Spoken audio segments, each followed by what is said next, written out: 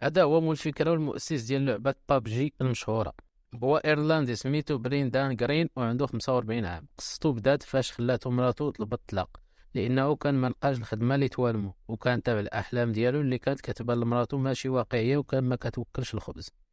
خسر فلوسو كاملين ووصل لمرحله مزريه خلاتهم يطلبوا المساعده ديال والديهم والعائله.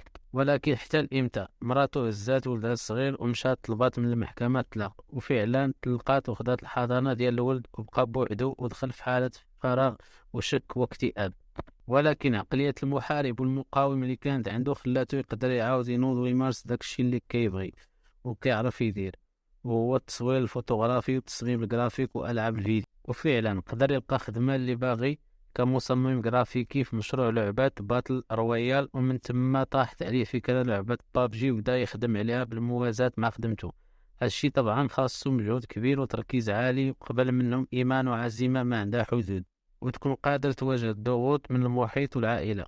وراكم عارفين تكملة القصة، اللعبة خرجت للوجود وحققت نجاح كاسح برقم قياسي مع عدد مرات التحميل في جوجل بلاي، ودات لقب لعبة العام وحقق أرباح مالية خيالية، وجسد قصة كفاح وتحدي ونجاح باهر تزادت في تاريخ البشرية. إذا بالك هادشي اللي كنحط مزيان وكتستافد منه شي حاجة، ما ننساش واحد